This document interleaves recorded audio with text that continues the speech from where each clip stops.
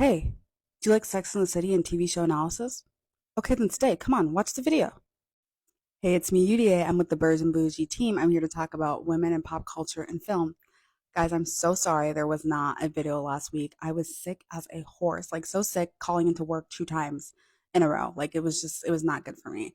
But we are back. We are here to talk about once again Carrie and Big's relationship. I did do a series 2 weeks ago featuring Miranda and Steve, and it's called Beware of the Hobosexual. And I think you guys would really like that one too. I had a lot of fun filming. I know it's been a minute, so I'll give you guys a recap. We left off with Carrie and Big breaking up after Big intentionally doesn't tell Carrie that he's going to move to Paris for an indefinite amount of time. And then she goes on this whole thing about just talking about Big incessantly to the point where her friends are like, you need a therapist. So she goes to the therapist and she's only there for like 2 sessions. She meets Bon Jovi, she meets Dean Winters, and then we fast forward a couple of episodes. The ladies go to the Hamptons for the rest of the summer. They're at this party in the Hamptons, and guess who Carrie runs into? You guessed it, George Clooney. I'm totally kidding. Why would she run into George Clooney? Just the person she's always wanting to see. She runs into Big and his new fiance. Isn't it crazy I had to shrink myself to show Big? Just like how women have to shrink themselves for men every day. Carrie is obviously stunned because Big said that he was moving to Paris for an indefinite amount of time. He didn't know how long he was going to be, but it was supposed to be longer than 3 months. He comes back and this man has a brand new wife after he said he didn't want to get married. The whole thing. Also, can I say that Big is the OG PP bro? The OG passport bro.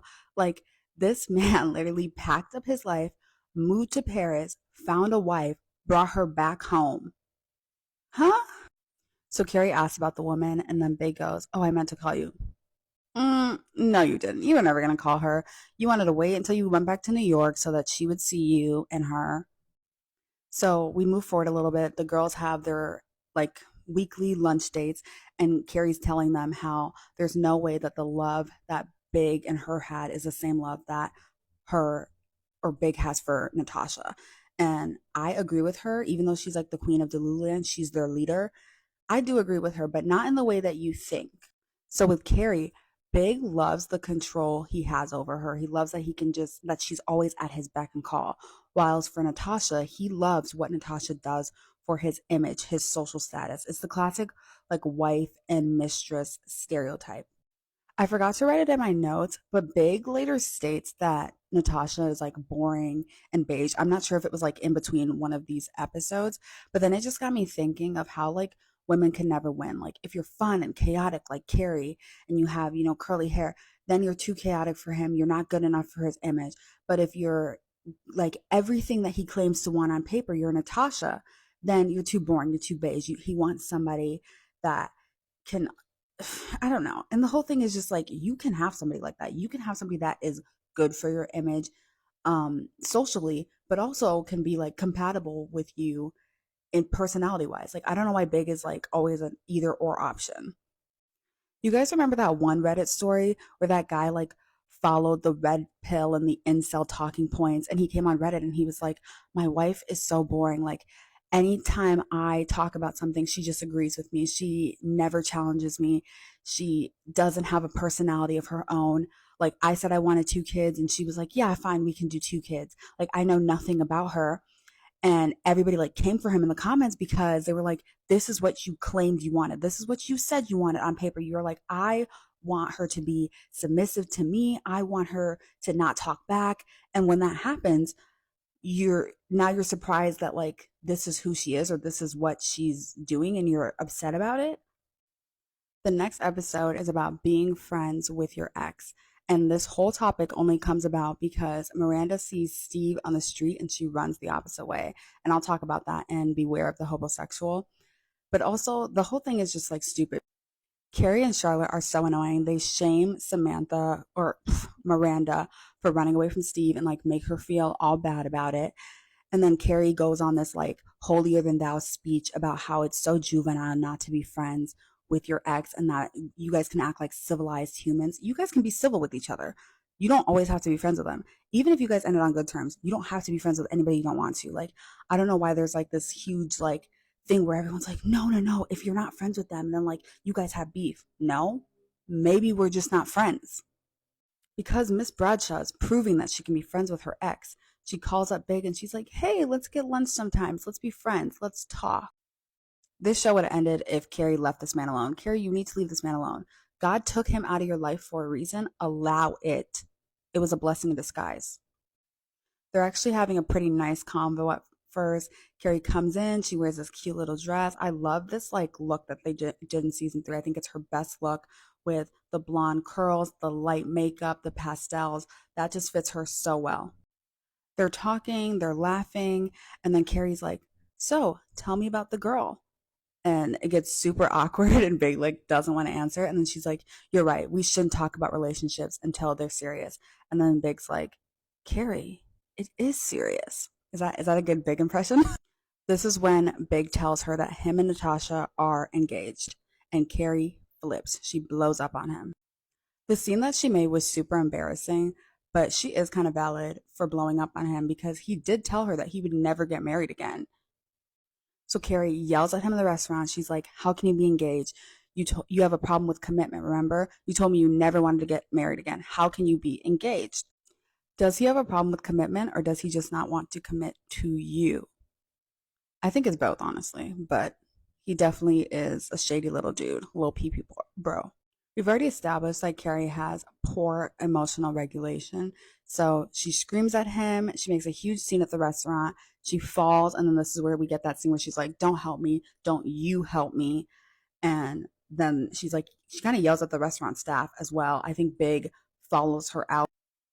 I just want to re-emphasize Big's pee-pee bro and creepy ways. Okay, so Big is supposed to be 42 in or no, 43 now because we're in season 3, and then Carrie is supposed to be 34. So Big moves to Paris. He comes back with a fiance that's 25 years old. Why are you at your big age marrying someone that's 17 years your junior? I'm sorry if that's offensive to age gap relationships, but there's a very clear power dynamic here that I don't like. When she was born, he was picking out colleges. You guys were not in the sandbox together. Why are you marrying people you weren't in the sandbox with? Big calls Carrie to apologize slash get in her good graces, and then afterwards, he has the audacity to invite her to his engagement brunch. This was part 9 of a series I like to call Don't Be a Carrie Bradshaw, where we follow Big and Carrie's relationship from start to finish. If you haven't watched the other parts, go watch them. Go watch Beware of the Homosexual and keep a lookout for the next part, which is part 10. Here's part 10, and we left off with Big inviting Carrie to the engagement party, and now the girls are at dinner and they're talking and they're laughing. Carrie starts to go on once again about how Big can't love her the way that he loves Natasha. And then they start talking about this Barbara Streisand movie called The Way We Were. And I'll explain Hubble to you. So the male lead in this movie is really in love with Barbara Streisand's character, but he can't be with her because of societal norms. And I guess because she has curly hair, and because I think Barbara Streisand is attractive, but you know how Jewish people have been like historically discriminated against specifically for their noses. So she has curly hair. She doesn't fit this stereotype or the picturesque woman that he's supposed to be with. So one day he gets up and he marries another woman that is a simple girl that has straight hair, which is based in racism. But that's a story for a different day. And at the end of the movie, Barbara Streisand sees him and his wife, and she walks up to him and kind of smooths his hair and says, "Your girl is lovely, Hubble." And that's what Carrie is doing in the scene. But when she does, I'll explain it. When she does it, it's just so embarrassing. So keep in mind, Carrie was invited to the engagement party. She didn't show up, probably because she didn't want to see that. But then she walks all the way because they had like dinner on a completely separate part of town. She walks all the way over to where the big engagement is happening. When she gets there, the party is already ending. Big helps Natasha into the car, and then Big approaches her and she says, "Hey, be a friend. Why wasn't it me? And he's like, Carrie, like, why are you asking me this? He tells her it just got so hard and complicated. And she's like, yeah. And then she finally says the line, your girl is lovely, Hubble. And he's like, I don't get it. And she goes, and you never did. And she thinks she like ate this up. Like she was like, yeah, he never got it and he'll never get me. Are there some similarities between Carrie and the Katie character, Barbara Streisand's character in the movie? Yes. But the problem with this is that he doesn't respect you. Like, if he loved you and he truly wanted to be with you, he's not going to let society tell him who he can be with. You know what I mean? He's with you. Like, they date over the course of the year. So obviously, he's not that embarrassed of you. So after Carrie says this line, she thinks, like, oh, I got him. Well, I showed him. And it's like, he's not checking for you. Why can you not get that in your brain? Like, you are so up in Delululand, you're playing on the swing, going on roller coasters in Delululand, that you can't come back down to earth and be like, hey, I deserve better than this. I should not be with a man that thinks it's embarrassing or doesn't respect me enough to tell me the truth and say that he just doesn't want to marry me. Instead, he goes off and says, I would never get married again. Then 3 months later, he gets married. What does that show you? So after she says this line, Carrie goes on this spiel about how some women just aren't meant to be tamed. And like, she's like looking, so like she walks away and she's like looking at this horse and she's like, some women are just not meant to be tamed. We're supposed to be free and out in the wild. And also, I don't like the like analogy of like, if you're getting married, you're tamed now. Like, that's super weird. Like, you're not a wild animal. You're not, we are animals, we're humans, but this is weird. Also, this is so stupid for Carrie to say because she's like, some women aren't meant to be tamed. And she's like referring to herself. If you want marriage, that's okay, Carrie. That is okay. Why are you sitting here pretending like you don't want marriage? Just because the guy that you thought you were supposed to be married to got married, now all of a sudden you're not meant to be tamed because you have curly hair? Natasha's better than me because this whole thing is going on. Natasha's still in the car. I would not be waiting in the car while my man talks to his very recent ex. Like, just knowing the man that Big is, I'm sitting there talking to you guys as well. Like, just sitting over here putting his or her hand in his hair, talking about your girl is lovely, Hubble. Okay. Well, hello, season 3. Okay, and I'm not gonna talk about the piss kink guy. We're moving on. Come on. This is about Big and Carrie.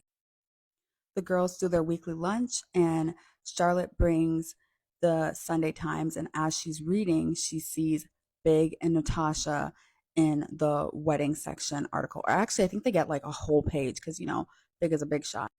Charlotte is feeling very protective over Carrie, so she comes home with her and she's like, it's better to just like get it out now. Let's read the article so then you don't have to obsess over it later, even though Carrie does obsess over it.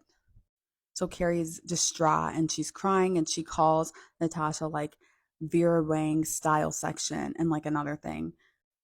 I do feel bad for Carrie in this scene. It just reminds me of a lot of people that I know or that I've known where like insecurity can really rule your life. Like Carrie's main gripe about this is that she feels like she wasn't good enough for Big, that she wasn't good enough to keep him, she wasn't good enough to marry him. And then he goes and marries this other woman and I'm like, it's not about you. And if you're like secure in yourself, that is something that you can pick up very quickly. But if you're not secure in yourself and you're looking for security in outside relationships or outside sources rather than looking within, that can become so dangerous and so toxic for you because now you're in toxic patterns of where you're putting yourself in bad situations just because of an insecurity or just because of low self-esteem. So Carrie and Miranda go shopping and they end up running into Natasha. And understandably, Carrie is super awkward and flustered. Natasha tells her that she's trying to find a dress for the Women in Art luncheon. And Carrie lies and says that she goes to that. She is a member, but she doesn't attend. She's never attended before. The funniest thing about this whole scene is how kind, not like funny that she's kind, but just how unbothered and not threatened Natasha is by Carrie. Like, which is good. She's secure in her marriage. She is not checking for Carrie, and not even in a mean way. She's just more of like, I have no animosity towards you. I have no reason to yet. Carrie starts writing the most insecure and embarrassing article about how some women in New York are simply made to make other women feel bad. No, maybe they're just living their lives. Carrie being financially irresponsible, part one, maxes out her credit card to buy a new dress and new pair of shoes, even though Carrie already has 1,000 pairs of shoes. She literally lives in her shoe. So she buys a whole new fit for this event just to get to the event with Samantha and find out that Natasha couldn't make it because she wasn't feeling well. Okay, this makes Carrie so like upset. She's like moody the whole day. Like Samantha's trying to make her feel better, and she's mad that this woman that is married to her ex is not at this event because she couldn't one up her and because she spent money to one up her. Where are we in life? Like, this is just, and I don't want to say it's like an age thing, but it's like at a certain point, girlfriend, this is not high school. Like, you max out your credit card to one up this woman that's not checking for you in the slightest. You should be ashamed. We should bring back shame. That's what we need today. After the event, Natasha personally sends Carrie an apology card saying, "So sorry I couldn't be there." And she uses the wrong there. And what Carrie does is she calls up Miranda and starts making fun of her. She calls her an idiot. She's like, "What school did she go to?" She doesn't even use the right um, there and wheres. And I just wanted to add that every time we see Natasha when she's married to Big, she's always in um like bridal colors, like creams, eggshells, beige. Like they kind of make fun of her throughout the series about always wearing beige. And it's to show that like she is the wife. And then after her and Big break up, that's when she starts transitioning into more fun colors. Okay, this is part 10 of Don't Be a Carrie Bradshaw. Like, follow, and share, and keep a lookout for part 11. What's up? This is part 11 of Don't Be a Carrie Bradshaw. Okay, let's get this straight. Big does not respect Natasha. So when I'm about to say, don't be like, "Oh my God, how can you say this?" I said it. But you can tell that he treats Natasha with more respect than he ever did Carrie for now, right? Because he obviously cheats on Natasha. And then before that, he's telling Carrie, his ex girlfriend, that she's beige and she's boring and just like saying like not very nice things about your wife. Big opens up way more to Natasha than he does to Carrie, and this is implied when we first meet Natasha, and she's like, "Oh, Carrie, I've heard of you." As for Carrie, like in season one, where that like one guy Jack comes up to her and he's like, "Hey, Julia," like he's obviously like talking to other women. He doesn't tell his friends that he's even talking to Carrie. He takes Carrie to like lower end restaurants that no one will like see them together at. Big doesn't tell Carrie anything about his life until Carrie pushes or she does something that's like very inappropriate, like already kind of pushing his boundaries. But his boundaries for a relationship are like very rigid. Like he's like, "You will never meet my mother. We will never talk about exes. We will never do this." And it's like, okay, whoa, hold on. I thought we were in a relationship, but Big and Carrie are not in a relationship. They are in a situationship and they've done it for 15 years. Season 3, episode 5. Stanford comes down to Carrie's apartment and he's like, "There's a beautiful man downtown selling beautiful furniture and you need to meet him." This is where we meet Aiden Shaw. Carrie describes him as warm, masculine, and classic American. Okay, and then I just want to do a little reminder again that this series is specifically supposed to be about Carrie and Big. You guys have to remember that. It was actually supposed to be called The Rise and Fall of Carrie and Big, but I didn't think there was any type of rising, so I had to change the name of. I will not be doing very much of Aiden until Big is back in the picture. My main reason for this is I feel that Carrie is Aiden's Mr. Big. And I'll say that one more time. Carrie is Aiden's Mr. Big. We see Aiden, or at least I think that Aiden is the male alternative for Big and Carrie's relationship. And so doing a series on him just feels redundant. Like I would just be kind of like being like, "Don't do this." And also, this is a women centered space. So, like, why am I talking about a man? I never say never, so I might come back and do a video or two on Aiden, but definitely not a whole series. And especially because Aiden is so boring in season 3. He just feels like a non-playable character. You just feel like you can pick him up and just like put him in places. He's just Aiden. So at this point, Carrie and Aiden are dating and they kind of got off to this like weird start. Carrie lies and says that she is a designer as well so that she can get a discount and then also maybe Aiden's number. And they start kind of going on dates. And then Aiden's like, I'm so sorry. I can't date a smoker. And then Carrie's like, no, I can quit. And so she, being Carrie and male center, she quit smoking for Aiden. So we'll fast forward a little bit because we're not supposed to be talking about him too much. Aiden and Carrie are in a stable relationship at this point, and I think it's like somewhere mid season 3. And Carrie starts to kind of like wake up, like jolt out of her sleep every night, the same time every night. She just keeps waking up. And she's trying to figure out what's wrong. She's like, is it something I ate? Is something stressing me out?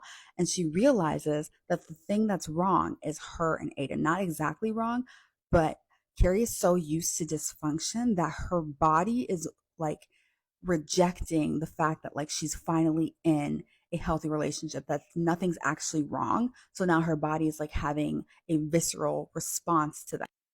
What was it? Part 8? What did I tell you guys about trauma? Seriously, like trauma affects your mind, your body, your spirit. She's waking up out of her sleep because she's in a healthy relationship. Could you imagine that? She's never had any healthy relationships in her life to where her body doesn't accept it as it's happening. And then later on, Carrie herself doesn't even accept it. Like, I think that she kind of just doesn't really like Aiden very much. But it's clear that even if she did like him, it would be hard for her to be in a serious committed relationship with him where she's not like, being flaky or cheating or doing whatever Carrie does because she's just not used to having healthy relationships, which is very sad. And I think it's upsetting too because some people don't see it.